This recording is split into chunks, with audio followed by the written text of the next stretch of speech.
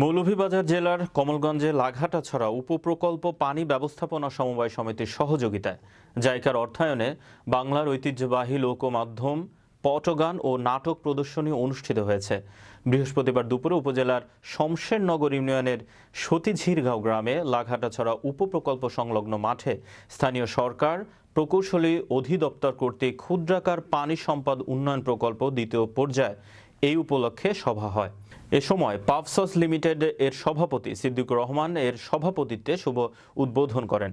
স্থানীয় সরকার প্রকৌশলী অধিদপ্তর এলজিডি মৌলভীবাজারের নির্বাহী প্রকৌশলী আহমেদ আবদুল্লাহ পটগান ও নাটকের বিষয়বস্তু তুলে ধরেন সিলেট ও ঢাকা বিভাগের আইডিএস মোহাম্মদ হাবিবুর রহমান। বিশেষ অতিথির বক্তব্য রাখেন উপজেলা নির্বাহী কর্মকর্তা জয়নাল আবেদিন, শমশেরনগর ইউপি চেয়ারম্যান জুয়েল আহমেদ প্রমুখ।